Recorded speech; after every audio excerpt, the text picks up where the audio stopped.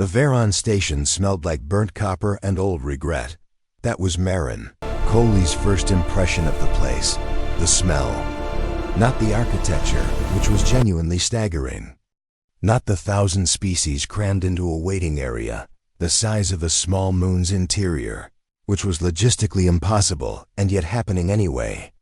Not even the Criterion itself, that massive obsidian pillar humming in the center of everything, like it had been waiting so long for company that it had forgotten how to be polite about it. No, the smell hit first.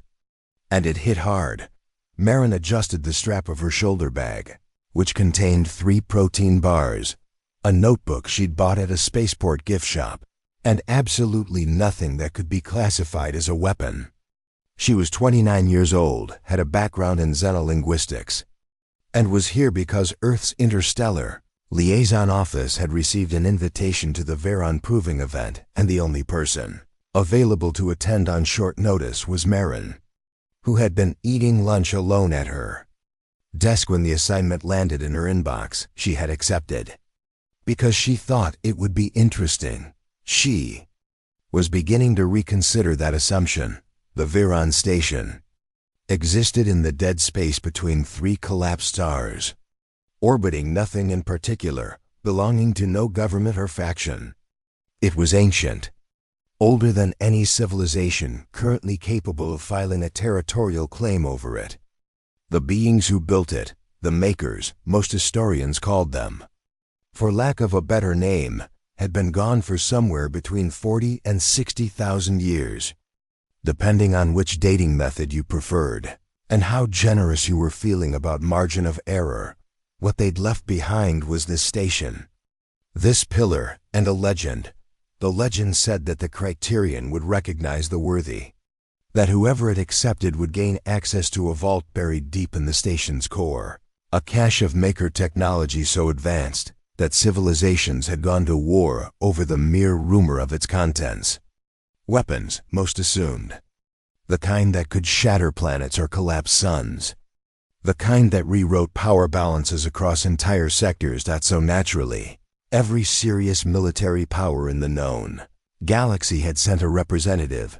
Marin was not a serious military power's representative. She was, technically, Earth's cultural attaché, a title that had never meant less than it did right now. Surrounded by beings who could individually destroy her in more ways than she cared to enumerate, she found a spot near the back wall and watched the proceedings begin. The first to approach the Criterion was Dravik of the Pavi Sarati. The Sarati were, by any measurable standard, the most physically dominant species in the known galaxy. They stood on 4 legs, each limb corded with muscle that could crack durasteel plating. Their upper bodies were broad as cargo containers, their skin reinforced with natural armor plating that had evolved to deflect projectile weapons. Dravik specifically had won something called the Grand Sarati Trials 11 consecutive times, a record that the announcer, a nervous little Pelin named Coordinator Shu, relayed to the crowd with audible reverence.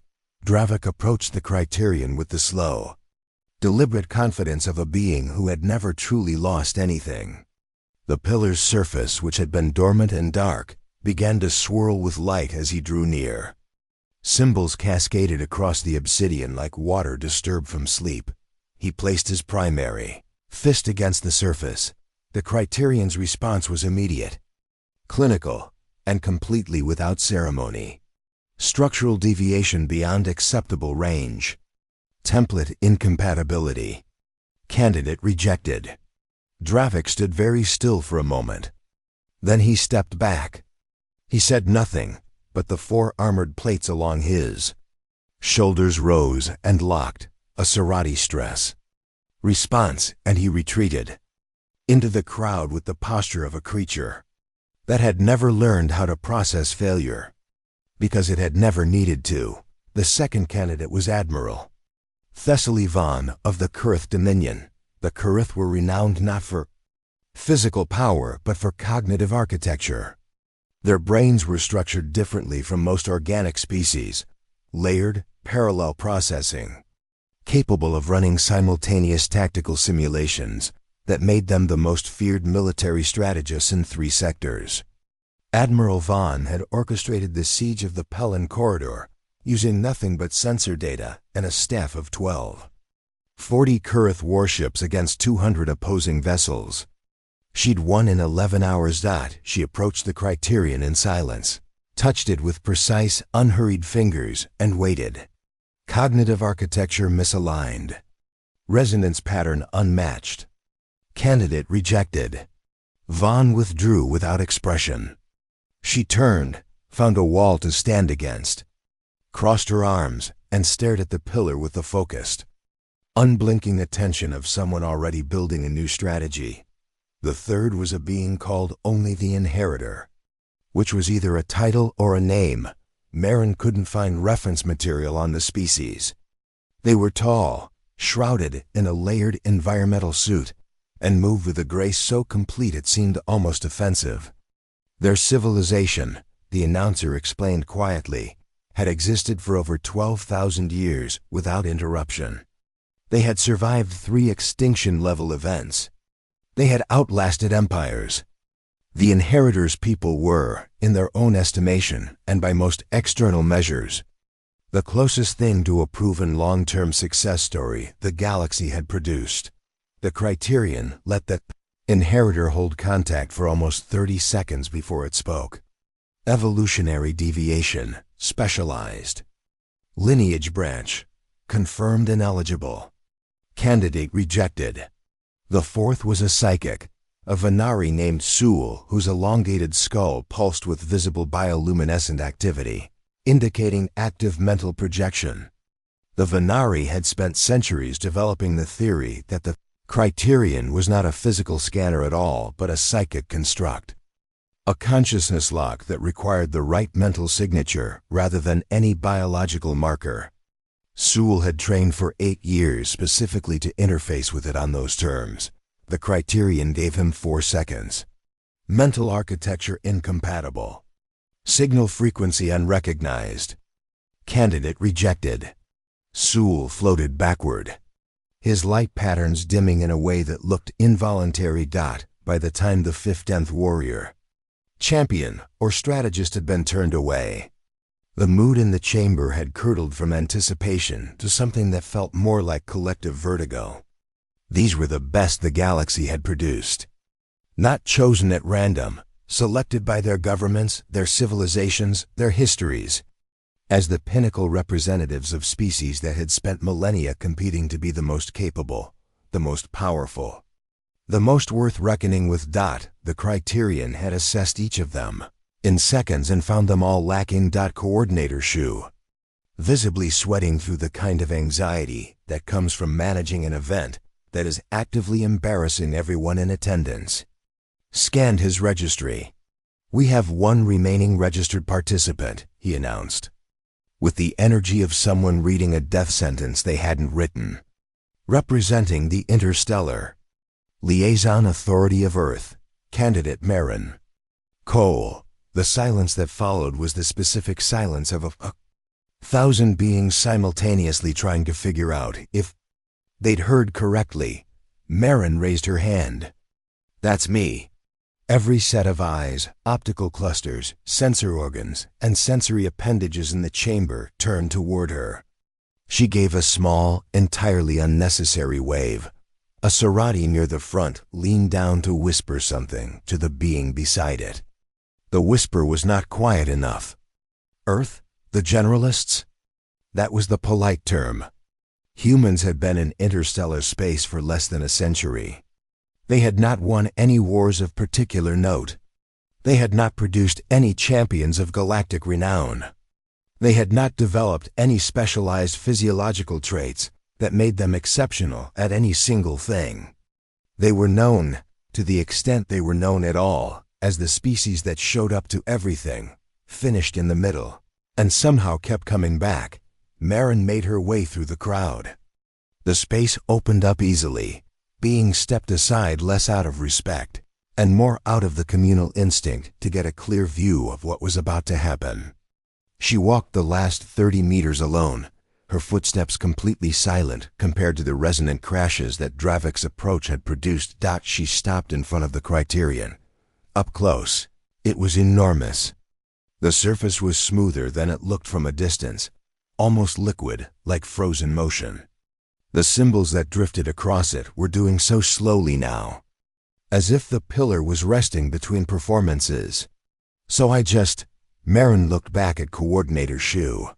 "Place your hand against the surface," he confirmed, in the tone of someone who had accepted that the universe was going to do whatever it wanted. Marin took a breath, adjusted her bag strap one more time out of habit, and pressed her palm flat against the Criterion. What happened next would be described differently by every witness, depending on their species and what their sensory organs were capable of registering. But the general shape of it was this. The Criterion screamed. Not in any sonic sense. There was no sound. Or rather, there was too much sound, a resonance that hit below hearing and above it simultaneously. Felt in the chest cavity and the teeth and the space behind the eyes. The symbols on the surface stopped drifting and began to race, cycling through configurations faster than any visual system could track. Light poured off the pillar in cascading waves, not the diagnostic glow it had produced for previous candidates, but something raw and massive, like a system coming online after half a center.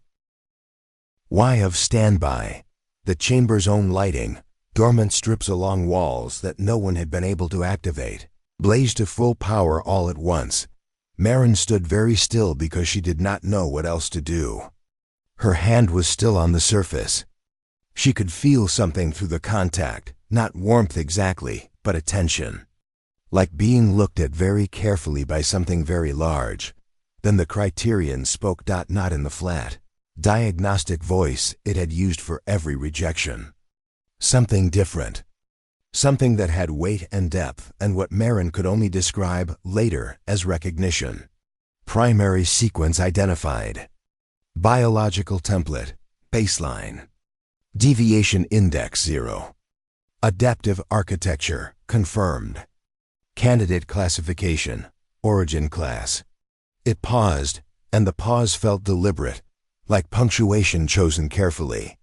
Primary sequence detected. Prototype origin confirmed. Access protocol initiated. The symbols on the Criterion's surface locked into a fixed configuration. The racing stopped. The light steadied.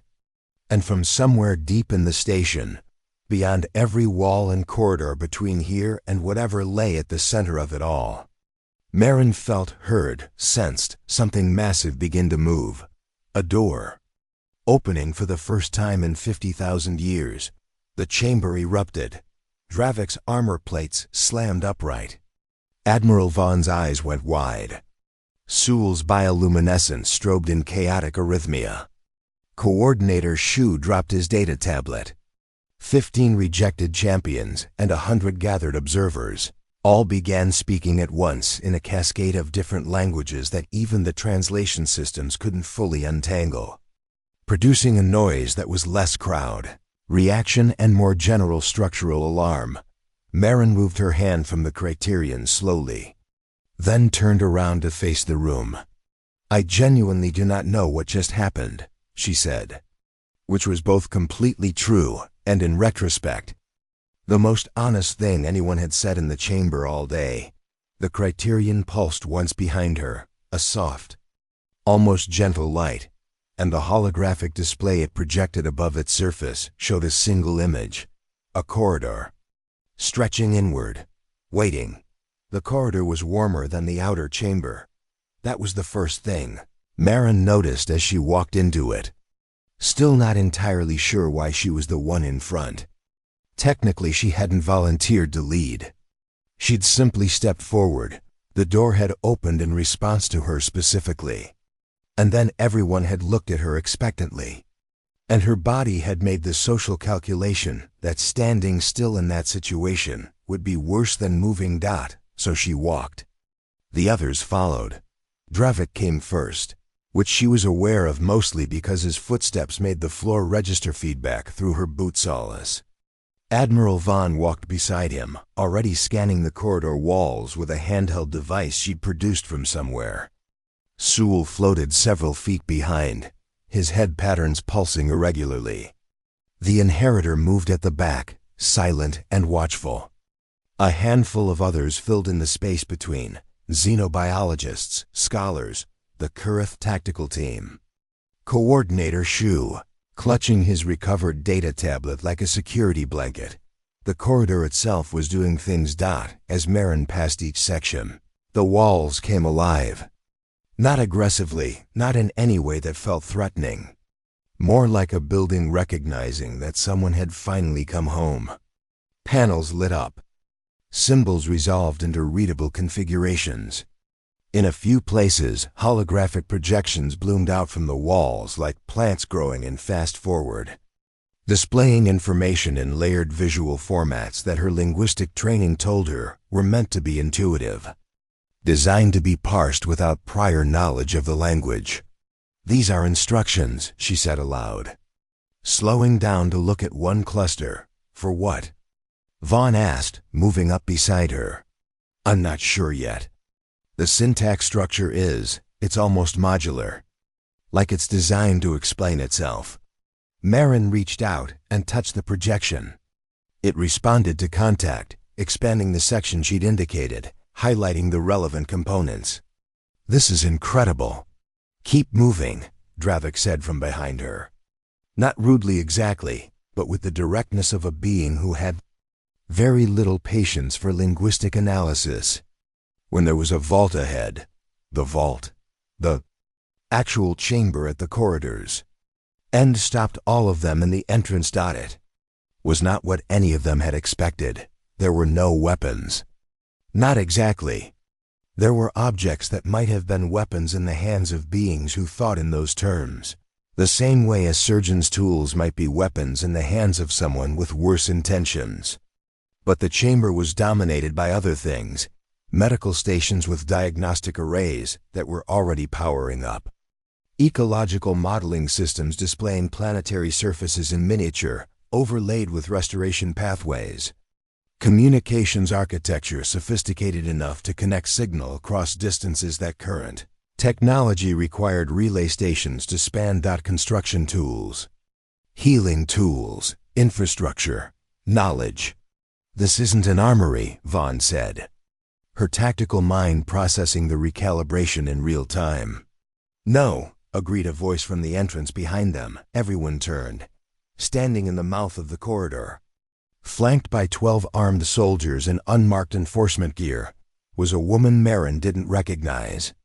She was Felian, the sleek, angular-featured species, known for producing military officers of exceptional capability, and she carried herself with the particular stillness of someone who was used to being the most dangerous presence in any room she entered. She wore no insignia. That was usually worse than wearing the wrong one. "Commander Asha Darren," the woman said, as though the name was its own credential, representing a coalition of governments who have a significant interest in ensuring this technology doesn't fall into the wrong hands. "Whose hands would those be?" Marin asked. Darren's eyes moved to her. They stayed there slightly longer than was comfortable. An unaffiliated human cultural attach with no military clearance, no governmental mandate beyond observation, and no training in technology containment or threat assessment. "That's a start." "She opened the vault," Sewell said, his voice carrying the specific flatness of psychic beings delivering unwelcome facts. "Yes," Darren said. "The question is why, and what that means for who controls what comes next." "The Criterion made that determination," Vaughn said carefully. "Challenging it requires challenging the technology itself, which none of us have been able to interface with. The Criterion is ancient hardware running a 50,000-year-old access protocol. It's not a governing body. It's a lock." Darren moved into the chamber, her soldiers spreading with practiced efficiency to cover the exits. "And locks can be worked around." The room went very quiet. Not the silence of agreement, the silence of beings recalculating, Marin set her bag down on the nearest surface, which happened to be a medical station that immediately lit up in response to her proximity and began offering diagnostics in that same self-explaining visual language she'd seen in the corridor. She looked at it for a moment. Then she looked at Darren. "Can I ask what the Coalition wants to do with this technology?" "Secure it. Assess it. Distribute it through established governmental channels with appropriate oversight." "That sounds reasonable," Marin said. "In terms of the words used." Darren's expression didn't shift, but something behind it did. "You have concerns. I have questions. Who decides which governments count as established? Who decides appropriate? What's the timeline on assessment before anything reaches the colonies that are currently experiencing the problems this technology looks designed to solve?" Marin gestured at the ecological stations, the medical arrays. "Because from where I'm standing, this looks like the builders left a toolkit specifically for civilizations in crisis. And the thing that determines when crisis is too bad to wait for committee approval is usually the crisis itself." "The builders," Darren said. And her tone shifted slightly, sharpened, "are 50,000 years dead. Their intentions are interpretations. Then let's interpret correctly." Marin turned to the holographic display that had bloomed from the central station, the largest one in the room. The one that had activated the moment she'd stepped close enough. "Because this looks like documentation." It did. It was. As the display expanded at her touch, it resolved into something that every scholar in the room moved instinctively toward: a record. A full genetic and developmental archive, mapping species across the known galaxy, tracing lineages back through millennia of evolution. The room went quiet again. For different reasons this time. "These are origin maps," Vaughn said, her voice careful in the way of someone who could see where a conclusion was heading and wasn't sure they wanted to. Arrived at the scholar at her elbow, a Kurith, xenobiologist named Len, who'd been nearly invisible until now, was running rapid analysis on her own equipment, cross-referencing. Not just maps. These are engineering records. The display confirmed it. Species after species charted as derivations, each one showing the same foundational genetic template, modified and amplified in specific directions. The Serati branch showed structural reinforcement, density increases, the slow accumulation of traits optimized for physical force. The Kurith branch showed cognitive layering, neural network expansion, parallel architecture developed over generations of deliberate pressure. The Venari line showed psychic potential unlocked incrementally, each generation inheriting a slightly more refined capability, all of them branching from a single origin point, a marker at the base of every line. La. Belled in the builder's language, which Marin could now read more fluently than she had any right to. As though the corridor had been doing something to her comprehension she hadn't been aware of. That translated, approximately, as primary template, unspecialized, adaptive, foundation stock. Human. The chamber's response was not dramatic. It wasn't yelling or denial or immediate aggression. It was something more unsettling. It was the specific, collective silence of beings who are very intelligent and have just been handed information that their intelligence insists must be wrong. Because the alternative is that everything they have used to define themselves needs reclassification. Dravik sat down. Just sat. On the floor of an ancient alien vault, 4 massive legs folding beneath him. His armor plates dropped in a way that made him look suddenly much smaller, Vaughn said. Very quietly, we were designed. Engineered from a base template, Len confirmed. Her voice professionally flat in the way of someone using precision as a buffer against emotional reaction. The Serati for warfare, the Kurith for strategy, the Venari for psychic interface. Each lineage optimized for a specific function. She paused. Humans retained the base template, unmodified, generalist. That's why the Criterion rejected everyone else, Sewell said. He had landed, actually put his feet on the ground for the first time since Marin had observed him, as though the revelation had made floating feel inappropriate. It wasn't looking for the best warrior. It wasn't looking for the best mind. It was looking for the source. And the source isn't the strongest version, Marin said. The source is the one that can use everything, the inheritor said. It was the first time they had spoken, and the voice that emerged from the environmental suit was not what anyone had expected, low, unhurried, carrying the resonance of a species that had survived everything the galaxy had thrown at them and learned to speak accordingly. Specialized tools break when applied outside their specialty. The builders understood this. They did not want this cache opened by a warrior. They wanted it opened by a generalist, by someone who could look at all of this. They gestured at the chamber, and not immediately calculate which parts of it were weapons. Marin looked at the medical stations, the ecological systems, the communications array, the archive. None of it is weapons, she said. No, the inheritor confirmed. All of it is continuity. The builders knew they were going to end. They didn't know how or when, but they built for the possibility. They left tools to rebuild civilizations, to restore worlds, to reconnect species across distance. And they locked it for a specific kind of steward. Darren, who had been silent for longer than Marin suspected was comfortable for her, spoke carefully. The Coalition's concerns remain valid. This technology, an uncontrolled distribution, could help the 17 colony worlds, currently under quarantine due to disease outbreaks that this medical technology could address in months, Marin said. She wasn't angry, which surprised her. She was calm in the way of someone who has run out of room to be anxious and come out the other side. Could help the 3 systems facing ecological collapse. Could help the communication dead zones that have left outer sector populations isolated for years. And in the wrong hands, I know. Marin met her eyes. So let's make sure the hands are right. Not one government, not one coalition, not one species with the best argument about why they deserve priority access. A real oversight structure. Broad, slow, annoying to everyone equally. That will take time.